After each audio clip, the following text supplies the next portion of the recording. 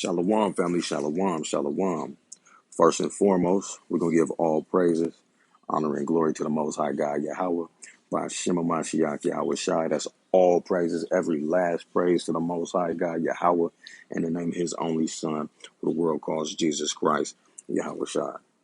All right, this is your brother Oscar called with the fire of God. I just wanted to take some time out early this morning to destroy some false doctrine. I was watching a video of the knockoff We Won't Smoke, Return to the Smoke Room with Vocab Malone, the snake, the great serpent. Um, and he's basically doing Q&A. And another cold cracker comes on the show and asks him about Isaiah 14. We're going to get into that real quick. Vocab Malone basically butchers and abuses the text of Isaiah, the 14th chapter, namely dealing with the captivity that the other nations are going to have to go into. So without further ado, we just going to jump into it. I'm not going to do not too much yapping. So let's see what he's talking about. Oh.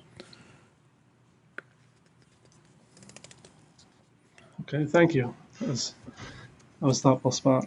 One final question, if I may. It's about the Isaiah 14, 1 and 2, and also because there's obviously a lot of Hebrew Israelites, particularly the Black Hebrew Israelites, they like to focus on the.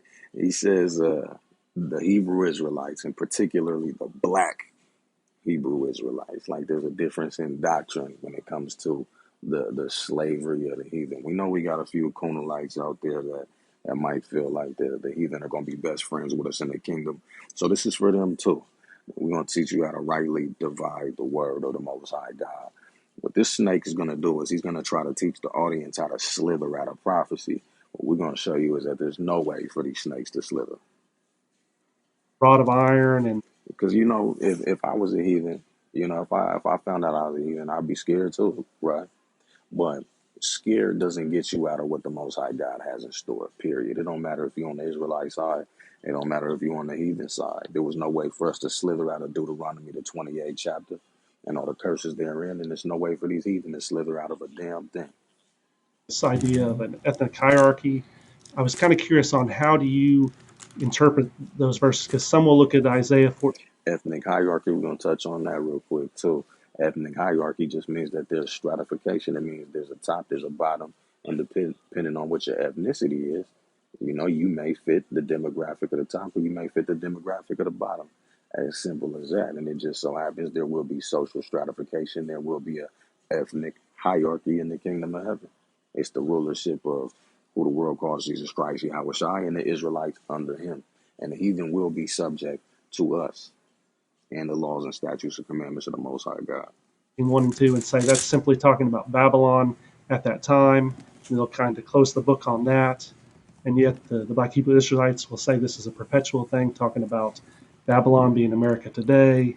And so I was kind of curious how you stood on that and how you see that as, because a lot of people have different opinions on this, on the kingdom of God. Like, there's Israel, they're the Gentiles, and will they be, they'll be fellow heirs, kind of working together. And then you have these other people who rejected the Messiah, and they may be in a subjugated state as some type of servant. And then other people, reject that idea altogether. So I was just kind of curious on how you stood and how you interpret Scripture on that. Obviously, this is a controversial topic, but I am just genuinely curious on your thoughts on it. Right. A few things about it. I don't think that the King James Version serves. This guy, man. And what you're going to find out is the translation makes no difference, especially when you go into the scriptures that Vocab Malone's about to pull, like the snake that he is. But you're going to see. Well here. I don't think it's as explicit as it could be. I think it's a little ambiguous. But, ultimately, you look at the Hebrew, and I think it bears out a better relation to the way most modern translations translate it, which I think there's some differences that I think help the reader understand what's going on. So here I am in the ESV, and it says Isaiah 14:1, for the Lord, that's Yahweh, will have compassion on Jacob and will again choose Israel and will set them apart in their own land And sojourners will join them and will attach themselves to the house of Jacob. And the peoples will take them and bring them to their place, and the house of Israel will possess them in the lands. So, man, first of all, let's go to the ESV and we'll go ahead and we'll do a side by side. We'll go into the ESV and we'll go into the King James version. I'm gonna put a KJV up right here, and then we're gonna go into the Hebrew with it as well. And then I'm gonna go into the ESV on my phone, so y'all won't be able to see that, unfortunately. Shalakia on that. Hold on, let me get it real quick. So we got Isaiah 14 in the ESV, and we got it in the KJV. So it says, "For the Lord," I'm reading the ESV first. It says, "For the Lord will have compassion on Jacob and will again choose Israel and will set them in their own land, and sojourners will join them and will attach themselves unto Jacob." The KJV says, "For Yahweh will have mercy on Jacob and will yet choose Israel and set them in their own land, and the strangers shall be joined with them, and they shall cleave to the house of Jacob." Now, this is the problem. It doesn't matter really when you get into it, when you read the context of what this scripture is saying. It doesn't really matter what they're calling these people, a heathen stranger, right? A heathen stranger or a heathen sojourner. They can be treated, and they will be treated the way that we are interpreting the scripture in its proper form, which is that these kingdoms is going to go into these kingdoms, these nations are going to go into slavery under the Israelites. Every nation that has oppressed us will be oppressed, as the scripture suggests. So this prophet has to be lying in order for that to not come to pass, no matter how the ESV wants to word it. So if it's sojourners in the land, then them sojourners is going to go into captivity. But let's just find out if that's what the scripture is saying, right? He's going to try to make it seem like there's a way to wiggle out of it. I'll let y'all hear what that sounds like. But, first and foremost, we just got to address these points. So, period, point blank, the Most High is going to choose Israel. He's going to set us in our own land, and strangers will be present, right? Or you can call them sojourners if you want to, right? The emotion, the connotation that you may, the vibration that you may get off of either word use has no dictation over what the scripture is actually saying. You'll see. So it says they're going to cleave to the house of Israel. The part that he's going to go to next is verse 2. "And the people shall take them." Let me make sure he gets a chance to finish his interpretation. So all with me. I don't do this very often. In the Lord's land as male and female slaves. Okay, so here we go. Verse 2, "And the people shall take them and bring them to their place." Let's see. So we're going to take them, right? We are going to get them. We're going to lay hold of them.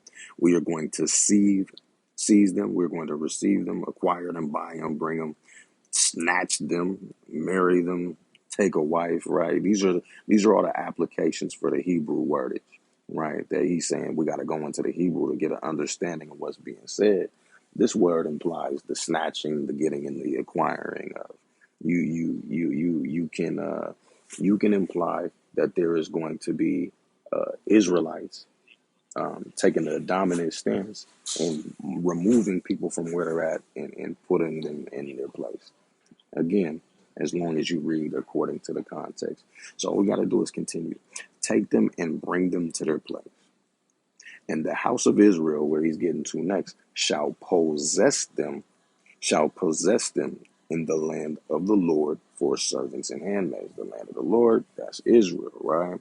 What's this word possess mean? Since he's talking about going into the Hebrew, the word nakal, inherit, the way that you inherit slaves, right? The type of slaves that you can only take of the heathen people. If we go into the book of Leviticus, right?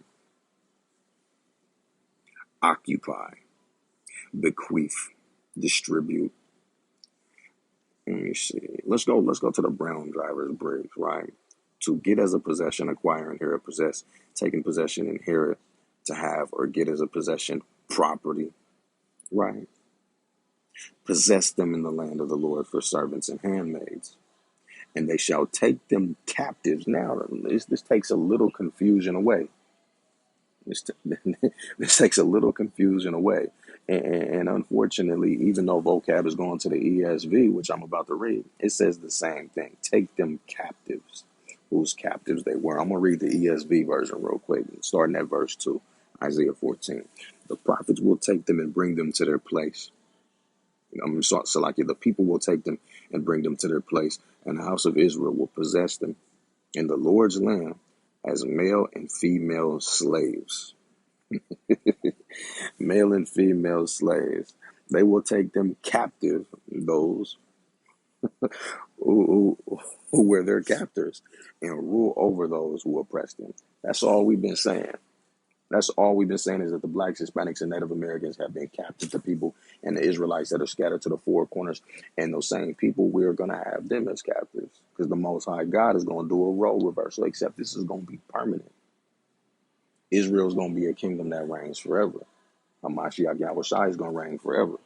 Right? So this is something that there's no way around, and I don't understand why vocab tries to dance around the subject matter like this.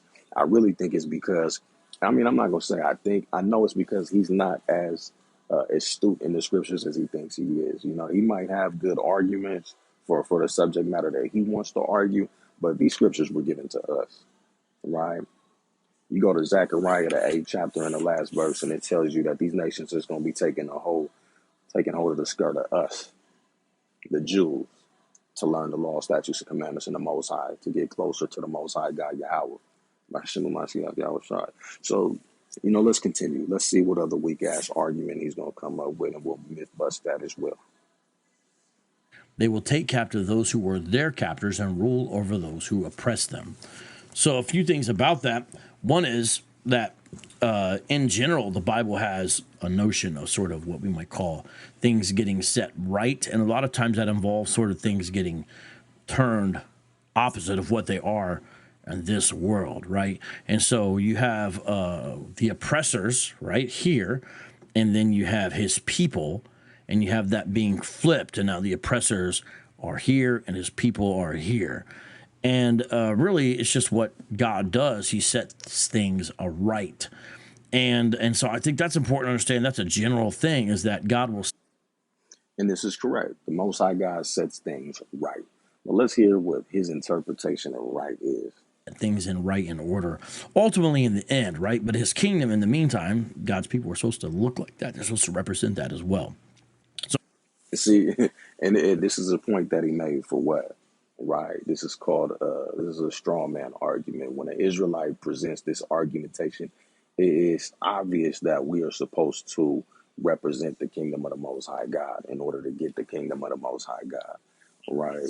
So the reason that he's saying this is because they like to act like we talk bad. We're not nice to them, so we must not be of the Most High God. So you got to learn to ignore things like that, and you got to hear the points that are scriptural, so that you can attack their biblical integrity. And if you can attack the the structure of their argument, right, then you can destroy it that way. You don't want to get tit for tat with little corny comments like that, because all it's going to do is misdirect you from the point. The point he's trying to make is that God sets things aright, and because he can't find a way around that, he has to throw that out there. But let's look at an example of what it looks like when the Most High God makes things right. First and foremost, from the beginning, the Most High done told us that he's about making things right. So let's go to the book of Deuteronomy.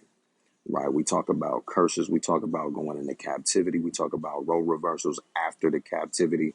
We were told how we was going to go into captivity and how we was going to get out. Deuteronomy, the 30th chapter. And it shall come to pass, when all these things are come upon thee, the blessing and the curse which I have set before thee, and thou shalt call them to mind among all the nations whither the Lord thy God hath driven thee, and shall return unto the Lord thy God, and shall obey his voice according to all that I command thee this day, that thou and thy children with all thy heart and with all thy soul, that then Yahweh thy God will turn thy captivity and have compassion on thee, and will return and gather thee from all the nations whither the Most High God have scattered thee.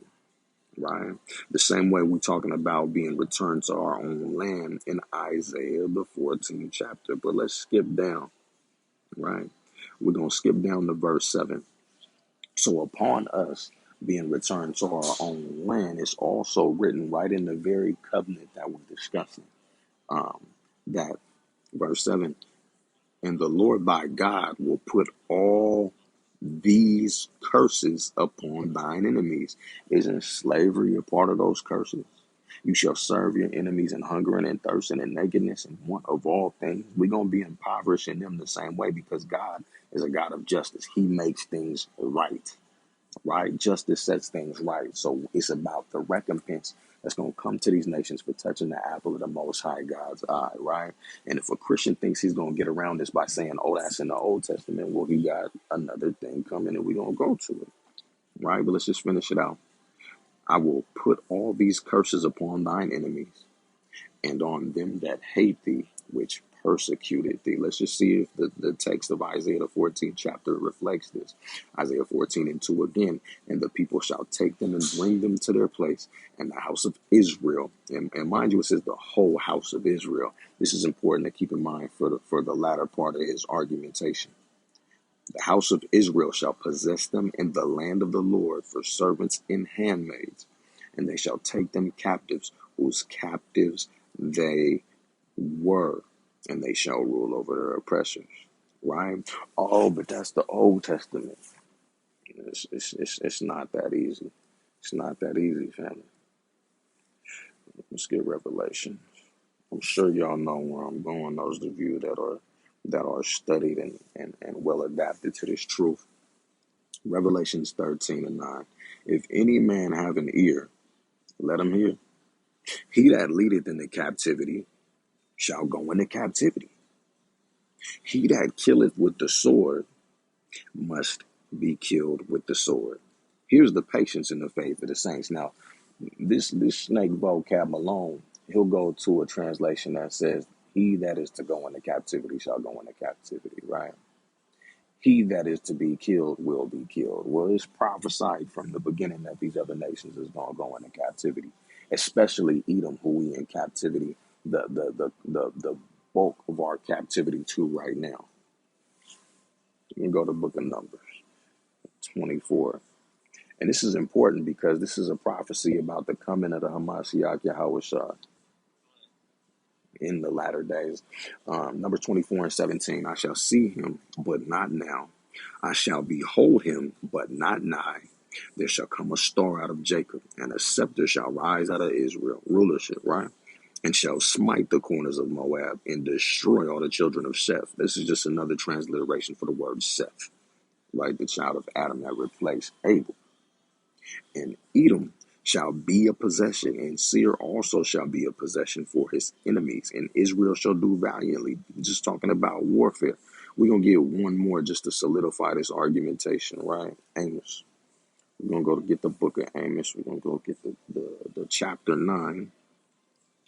And we're going to go to the 9th verse. For lo, I will command and I will sift the house of Israel among all nations. Now, this is the argumentation that we're putting, is that when it talks about Babylon in terms of Isaiah the 14th, it's talking about Babylon in the latter days, right? It's talking about Babylon in the latter days. And you'll see why it's not talking about the Babylonian exodus of old. Right. For lo, I will command and I will sift the house of Israel among all nations like as corn is sifted in the sea, yet shall not the least grain fall upon the earth. All the sinners of my people shall die by the sword, which say the evil shall not overtake nor prevent us. In that day I will raise up the tabernacle of David that is fallen, and close up the breaches thereof, and I will raise up his ruins, and I will build it as in the days of old, that they may possess the remnant of Edom, and of all the heathen which are called by my name, saith Yahweh. It says all the heathen, and lo and behold, if you go into the Hebrew, the word my, when it says my name, the word my is not there. So it literally says all the heathen that are called by name. If you go to Psalms, the 83rd chapter, it tells you all the enemies of the Most High God. And it's important to understand that all the enemies of the Most High God are going into captivity. It's very simple, very plain, right? So let's go back to this idiot's argumentation now that we've already put a dagger in that ideology, that portion of his ideology, and let's just follow along. So I think it's important to see God reversing the role there of that.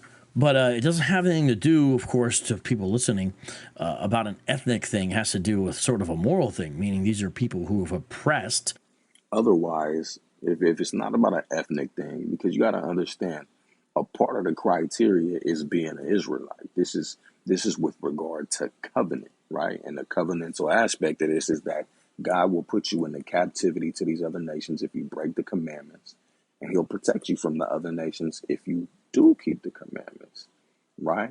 If you breach the contract, though, the same way your cell phone company says, look, if you break this contract and you don't pay your bill, your service is going to get connected.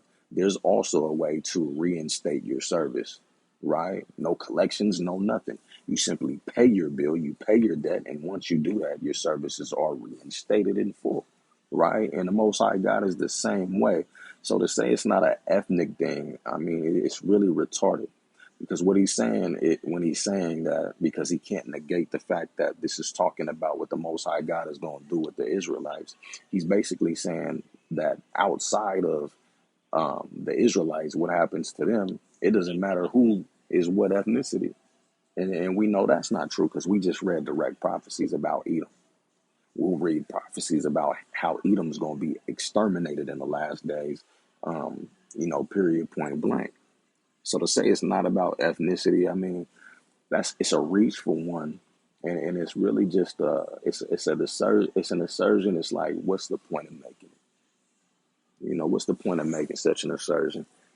Especially if you don't believe that the Edomites is around anymore and all of these things, but they are trying to hide from the truth. Why? Because they know deep down in their souls that once we get this thing back, it's over for them. They know that once the Most High God sends His Son back, it's going to be over for them. So it is imperative for them to keep as many as our people sucking on the crackers' breast milk, and that is Christianity. Little stupid doctrines like these. As long as they could keep us doing that, then chances are they'll be able to hold on to their rulership a little bit longer. That's all it is. Why you think he's dealing with the NFL, trying to keep NFL players from learning the truth? He's been given this assignment for a reason. It's because their kingdom's coming to a downfall, right? So to say it's not about ethnicity, I mean, that's retarded. And I will say this for the sake of argumentation and for the sake of brothers and sisters learning exactly what is required of us. It's not all about being an Israelite. It's about being an Israelite and coming back to these laws, statutes, and commandments in faith of the Most High God and His Son, Yahweh Shai, right? And now you can see, well, that's going to change. So that's one thing to see. And I think we saw that all the way in Revelation. You see His people being oppressed, right? But that's only going to be for a time or a season. That's only as the Lord allows. Now, in the immediate context, it's interesting what's going on in Isaiah 14. This means he's about to, I got a sergeant, right? I got a powerful sergeant by the name of Sergeant Yatab Daraj of the Sakari, Seattle. And he calls what he's about to do. He calls what this cracker's about to do chicken wing. He's about to chicken wing this whole shit. Who is being addressed here? Well, the previous chapter, of course, as you mentioned, the judgment of Babylon. 13:1, the oracle concerning Babylon, which Isaiah the son of Amos saw. And then it goes on, king of Babylon, Babylon, Babylon. Hey, look at the other dude's eyes. Look at the other dude's eyes. He's hoping and he is dreading. He's dreading the moment Vocab says something that don't make sense, that he can't go back and argue. He's hoping. He's got his fingers crossed. He's praying to white Jesus. He's about sweating. His armpits got the sweat stains underneath right now. Just listening to this, because he probably just got off of one of Deacon's lives getting cut, and now he's running the Vocab Malone thinking this devil's going to save him, and he's not. Look at his eyes, though. Babylon, Babylon, blah, blah, blah, blah, blah, blah. And it talks about, in Babylon, verse 19, the glory of kingdoms and the splendor and pomp of the Chaldeans will be like Sodom and Gomorrah when God overthrew them. Well, that happened in real history, right? Verse 17, behold, I am stirring up the Medes against them who have no regard for silver and do not delight in gold. So it's even telling you who's going to conquer Babylon, right? The Medo-Persian Empire, which is exactly what happened to the Babylonians. And then comes the section about the restoration of Jacob. So it does seem clear the immediate context of Babylon, because it's not only before verses 1 and 2, it's after verses 1 and 2. Right after that, you have Israel's remnant who begins taunting Babylon. Now, mind you, he's starting at the aforementioned scriptures, and he's saying that because this is talking about ancient Babylon in the previous verse, it must be talking about ancient Babylon and the next verses, the verses that we were talking about to begin with, right? This is what he's saying, and it's important to understand how retarded this argumentation is, and we're going to get into why. Verse 4, you will take up this taunt against the king of Babylon. How the oppressor has ceased, the insolent fury ceased. So now, he thinks he's hit it on the head. He's like, think about it. He's trying to intellectualize this. He's trying to rationalize why his argument works, and his whole logic is that this is talking about Babylon. But what we're about to get into is the logic of the Israelites. Their point of view from that time frame, right? Why would they be making those proverbs against the king of Babylon in such a celebratory manner if all that happened when the Babylonians' rulership was messed up by the Persians and Medes? All that happened was a change of hands of property, pretty much. You deal with Daniel, for example. Who threw him in the lion's den? The people that threw Daniel in the lion's den was the Persians. Going to show you that the Babylonian captivity wasn't when the Israelites were free, right? It just wasn't. They wasn't going to go into captivity to somebody else altogether and celebrate the fall of Babylon like all their troubles were over. No. But we're going to further examine it because I don't want to make any assertions. But it's going to be all the more clear when we go into the scriptures that we're about to go into to show just how stupid this dude's argument is. Hebrew Israelites will take this and basically turn it all into something else. They'll make it ethnic, they'll make it America, all kinds of other wacky stuff. But this is to Babylon about Wacky. First of all, he says wacky, so you shouldn't listen to this dude. Babylon. Now, you could, I think, say rightfully there's a general picture of oppressors who are sinfully oppressing people. It's not just certain ethnicity. It's not just about who has money, but sinfully oppressing people, that God's not going to allow that to withstand long term. I think that's a general rule that's true, period, all the time. That's period. That's true, right? But it's clear in the immediate context by the verses. That's not true. The Most High God will let the heathen go into slavery and stay in slavery until their generation dies out. That's period, point blank. You know what I'm saying? But that's not what this is about. This is about Isaiah 14. I don't want to be too distracting. But, if you guys want, we could go into that in another video. Leave it in the comments. All before it, and the verses all after it, it's talking about Babylon. And where some people make the mistake is they essentially try to make Babylon America. But that's not what it's talking about. It's talking about Babylon. And then it goes on after that. If you look at the end of the chapter of 14, it talks about Assyria, and then it talks about Philistia. And then it talks about Moab. So these are real nations that are really having oracles against.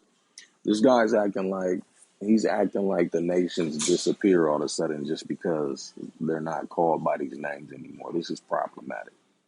It's entirely problematic. You know what I'm saying? Otherwise, in terms of any prophecy that's pertaining to the last days, where do you see America, the most prominent nation in all the world? Where do you see that? Where? You know what? Never mind. I'm not going to go into a tangent. Go all the way to verse 17, an oracle concerning Damascus. Keep on going, chapter 18, rather.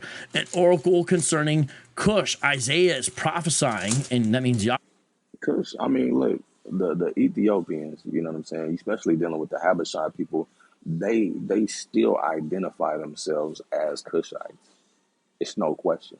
they still will identify themselves as the ancient Babylonians. I had the privilege of talking to a Cushite dude, and he knew his heritage went back to Babylon, back to Nimrod and them.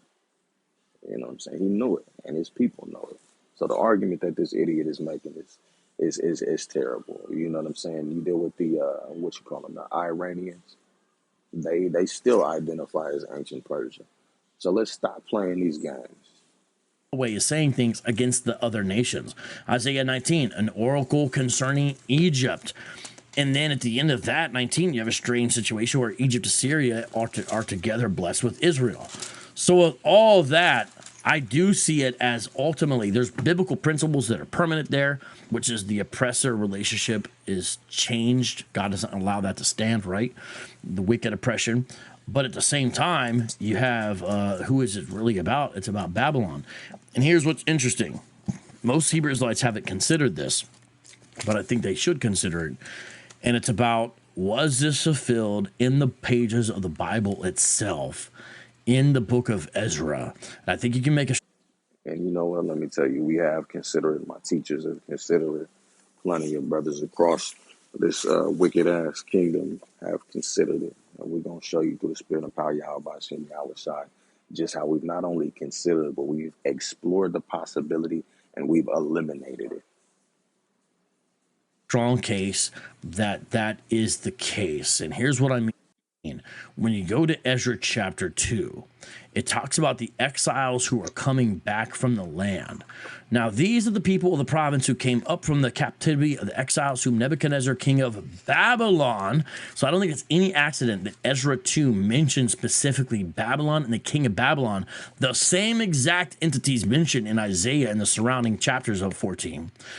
Nebuchadnezzar, king of Babylon, had taken captive to Babylon. They returned to Jerusalem and Judah, each of their own, in company with, and it names a bunch of people. It lists a bunch of names of men. It names a bunch of men where they go, priests, Levites. Now, you can play the game and just say, oh, it lists a bunch of men, and it's important to focus in on those men. One of those men being the prophet Nehemiah, along with Zerubbabel and Mordecai themselves. But what we're going to do is look at Nehemiah the prophet, and we're going to just see what his testimony is about his experience after leaving Babylon, or after leaving the Persians and Medes, I should say. Right? This is where it gets sticky for his argument, right? Because he's implying that, oh, because it says Babylon here, it must be talking about Isaiah the 14th chapter, but they're not being set free from Babylon just because they're a part of those that have left the captivity from Babylon. No, they're being, they were transferred into the custody of a whole other nation, the Persians and Medes, who took the Babylonians down. So this is where his argument starts to really crumble. We don't have to assert much. All we got to do is go to the witnesses on the scenes and their contemporary, right?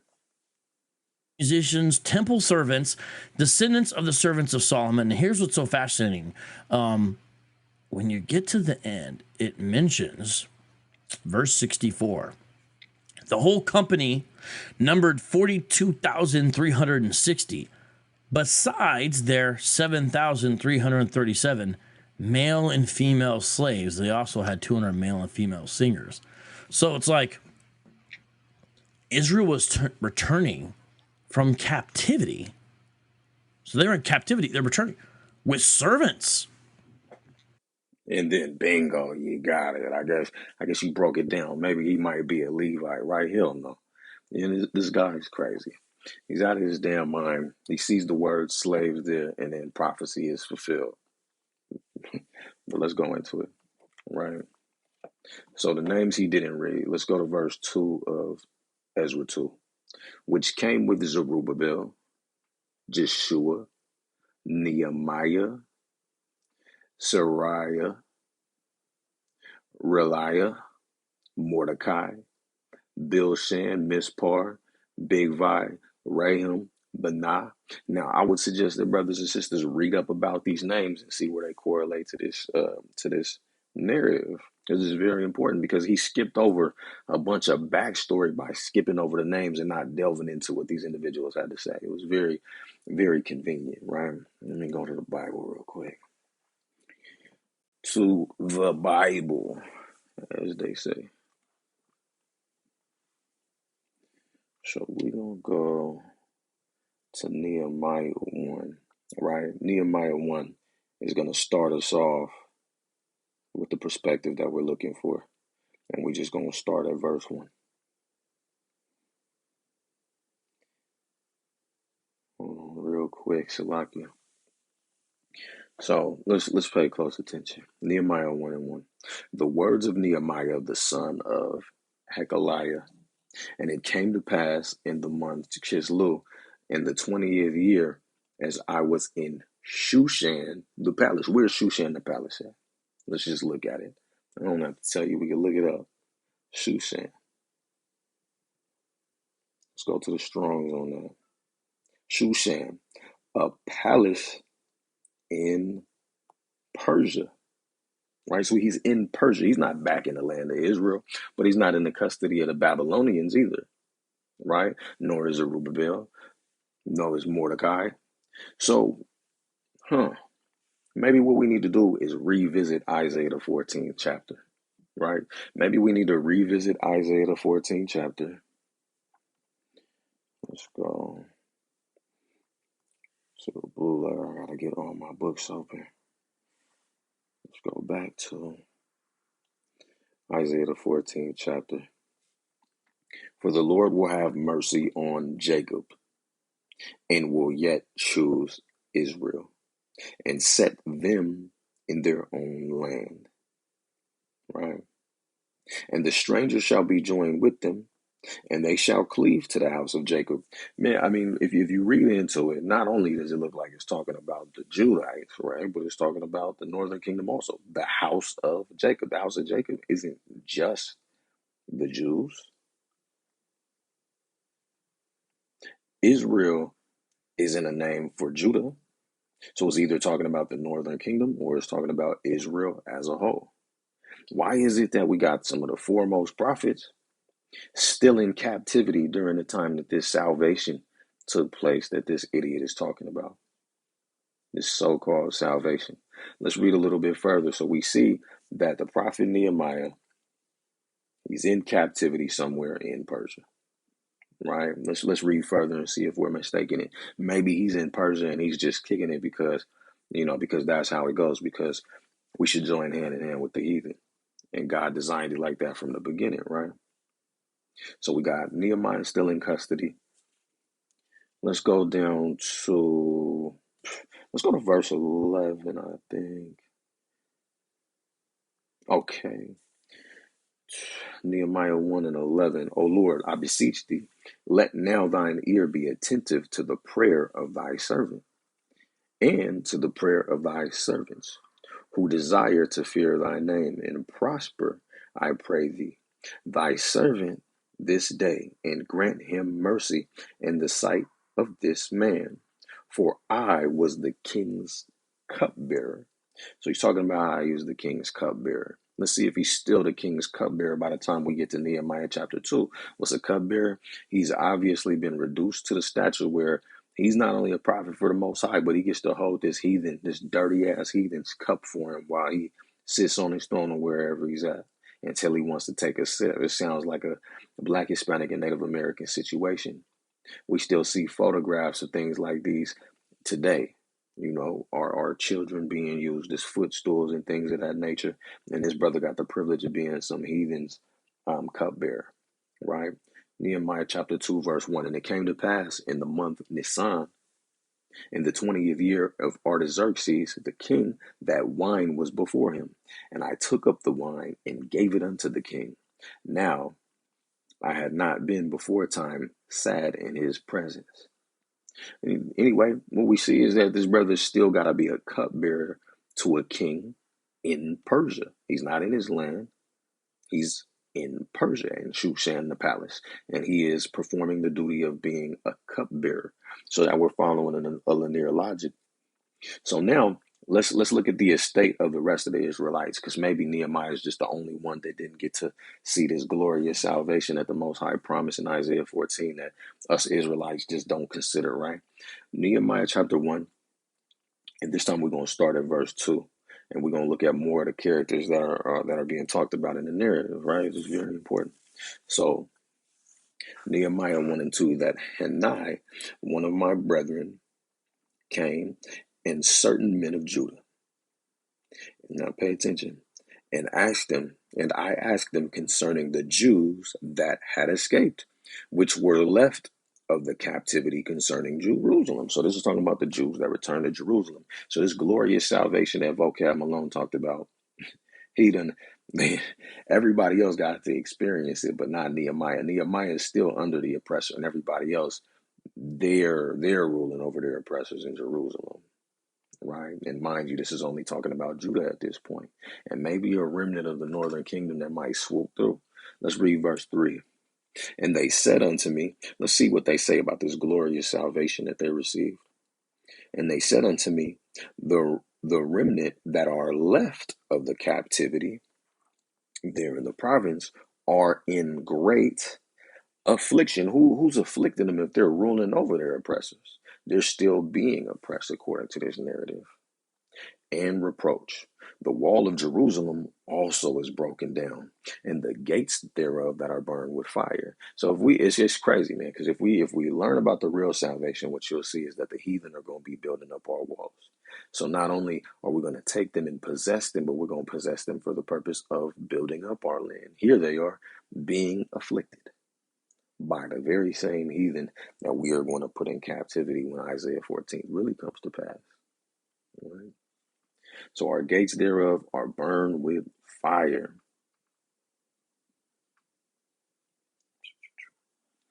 Let me see. Maybe we should read it.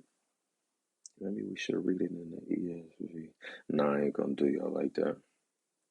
So we see that those that escape from the captivity of Babylon, escaped from Persia, I should say. We see that they're just living it up under affliction to the heathen round about them. So now let's go ahead and just read down. We're going to start up at 5. And I said, I beseech thee, O Lord God of heaven, the great and terrible God that keepeth covenant and mercy for them that love him and observe his commandments. We're going to read all the way through 11. Let thine ear now be attentive, and thine eyes open, that thou mayest hear the prayer of thy servant, which I pray before thee now, night and day, for the children of Israel, thy servants, and confess the sins of the children of Israel, which we have sinned against thee. Both I and my father's house have sinned. We have dealt very corruptly against thee, and I have not kept the commandments, nor the statutes, nor the judgments which thou commandest thy servant Moses. So, here we are in the midst of our great salvation, and one of our greatest prophets are having to pray for salvation for the children of Israel. This is very interesting now. It seems like maybe Vocab Malone was cherry picking something that he didn't study, and he created a whole narrative around the word slaves. So let me see. Nor judgments which thou commandest thy servant Moses. Remember, I beseech thee, the word that thou commandest thy servant Moses, saying, if ye transgress, I will scatter you abroad among the nations. But if you return unto me and keep my commandments and do them, though there were of you cast out unto the uttermost part of the heaven, yet will I gather them from thence, and I will bring them into the place that I have chosen to set thy name. So he's asking the Most High to remember this portion of the covenant for a very particular reason. Now, these are thy servants and thy people, whom thou hast redeemed by thy great power and by thy strong hand. O Lord, I beseech thee, let now thine ear be attentive to the prayer of thy servant and to the prayer of thy servants, who desire to fear thy name and prosper. I pray thee, thy servant this day, and grant him mercy in the sight of this man, for I was the king's cupbearer. So that's how it goes. We got a brother, he's hearing stories about Jerusalem, and he's hearing that even though the people supposedly received this great salvation, they're still being afflicted in the land by who knows who, right?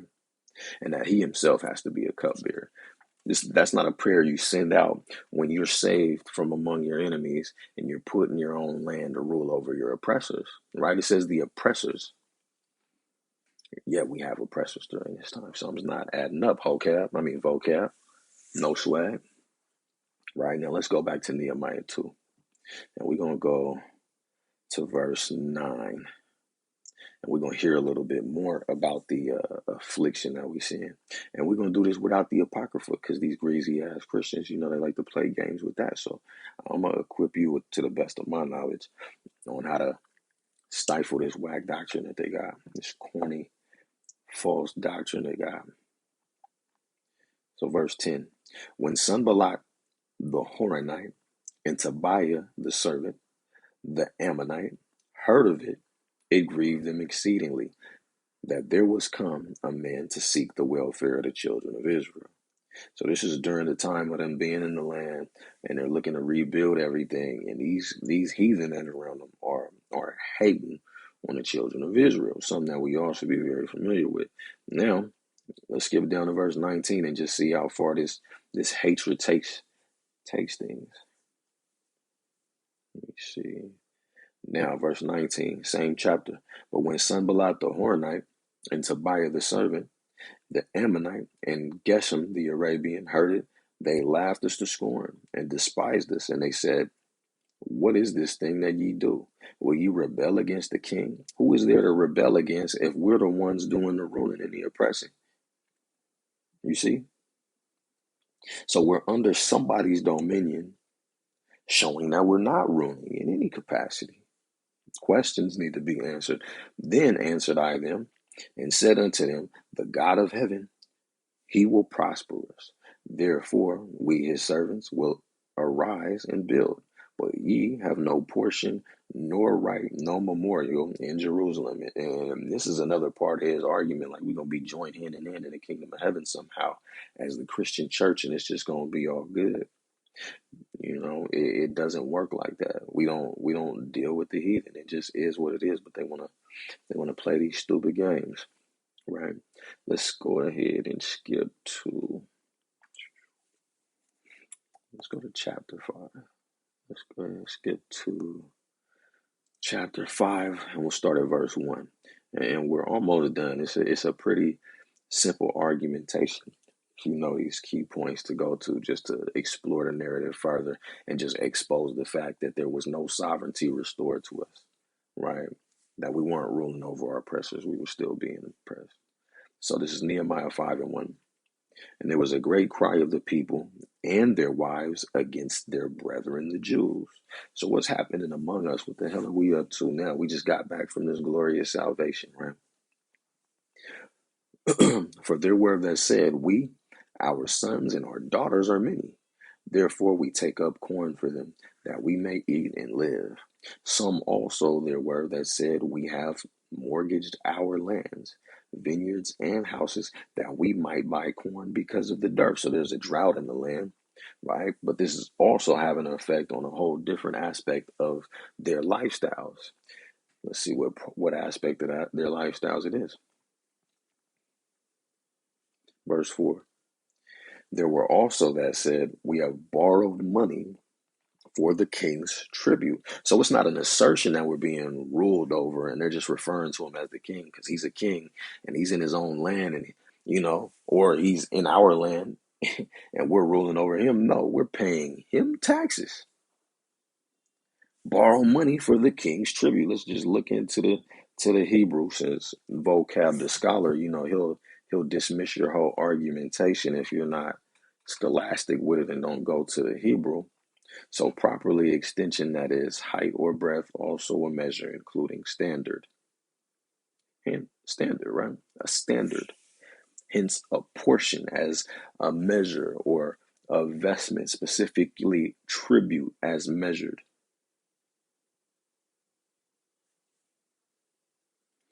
Let's look a little further. Let's look at the Browns, Drivers, Briggs. Measure, measurement, stature, size, garment. Measure, act of measurement. Measurement, size, measured, portion, extent, garment, tribute. right? So we had to borrow money for the king's tribute. The tribute was something that was measured out. We was being taxed by this king. We weren't taxing the king, right? We came up out of the land of the Babylonians when we were putting these people in. These people allowed us to go back to the land so that we could rebuild while they continue to oppress us. Very simple.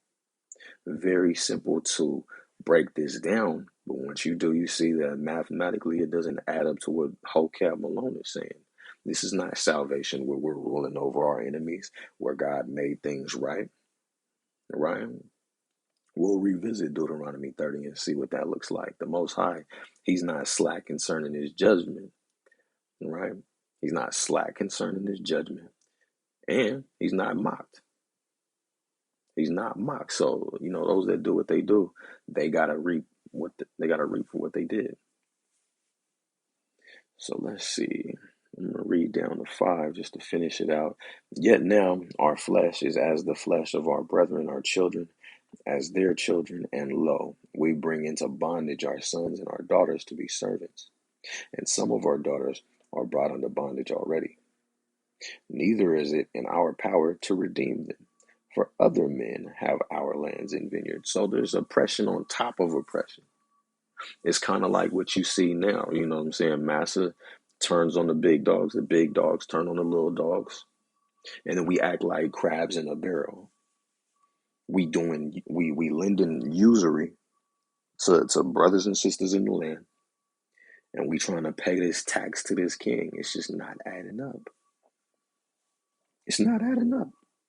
And I would love to hear Hocab go into these verses and show me the antithesis.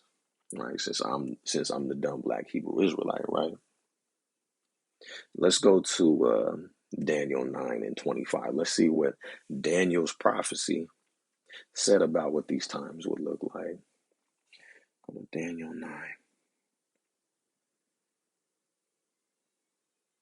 Those of you that aren't familiar with Daniel 9, we're looking at a 490-year prophecy, right? Give or take a year. Now, about 490-year prophecy where Daniel describes the timeline between, the leaving the Babylon, the rebuilding the city, and the coming of Yahushua and then his death. Let's see what he says about these times. We're going to skip down to verse 25. Try to make this thing quick for you. Daniel 9:25. Know therefore and understand that from the going forth of the commandment to restore and rebuild Jerusalem. So the commandment to restore and rebuild Jerusalem would have happened from Persia. This is what we're looking at now. We're looking at them going to restore and rebuild Jerusalem. Unto the Messiah the Prince shall be 7 weeks, and 62 weeks the streets shall be built again, and the wall, even in troublous times. So when we're reading about what's going on with Nehemiah, we haven't even got to where things was rebuilt yet. Right? We read from the testimony of the brothers from the tribe of Judah that were talking to Nehemiah that told him that the streets basically laid in languish. Right? And he called these times where we would have to rebuild them in troublous times. Not this salvation that Vocab Malone just falsely prophesied about. Right? So, we're gonna wrap it up with that. You know what? No. I'm gonna reiterate Deuteronomy the 30th chapter for those of you that like to ignore how the Most High God does exactly what He says He's gonna do. Deuteronomy the 30th chapter. And Salakia, I'm a little delayed here. I gotta go to bed.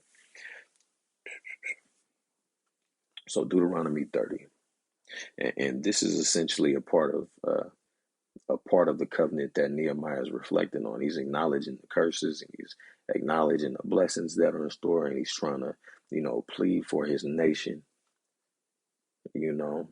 so that they could get some mercy from the Most High God because they got things to repent for, so that this can happen.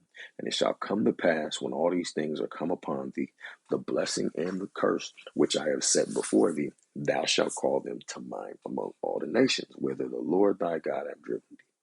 and shall return unto the Lord thy God, and shall obey his voice according to all that I command thee this day, thou and thy children with all thine heart and with all thy soul, that then Yahweh thy God will turn thy captivity and have compassion upon thee, and will return and gather thee from all of the nations, whither the Lord thy God hath scattered thee. If any of thine be driven out unto the uttermost parts of heaven, from thence will the Lord thy God gather thee, and from thence will he fetch thee. And the Lord thy God will bring thee into the land which thy fathers possessed, and thou shalt possess it. And he will do thee good and multiply thee above thy fathers. And Yahweh thy God will circumcise thine heart and the heart of thy seed to love Yahweh thy God with all thine heart and with all thy soul, that thou mayest live. And Yahweh thy God will put all of these curses upon thine enemies and on them that hate thee, them that are among you. And now I'm paraphrasing from Deuteronomy 28, right? Them that are among you, right? They should get above thee very high. The way they got very high above us, we're going to get back high above them. You shall be the tail, not the head. We're going to be back on top. We're going to be the head again, not the tail. What is this bull that Vocab Malone is talking about? Isaiah 14 is not come to pass. Don't let these heathens try to crush your spirit. You know, it's still Kwam Yasharala. We still got next, and there's nothing that these devils can do about it, right? Until next time, with that, I'm going to say shalom and stay off the Christian crack pipe.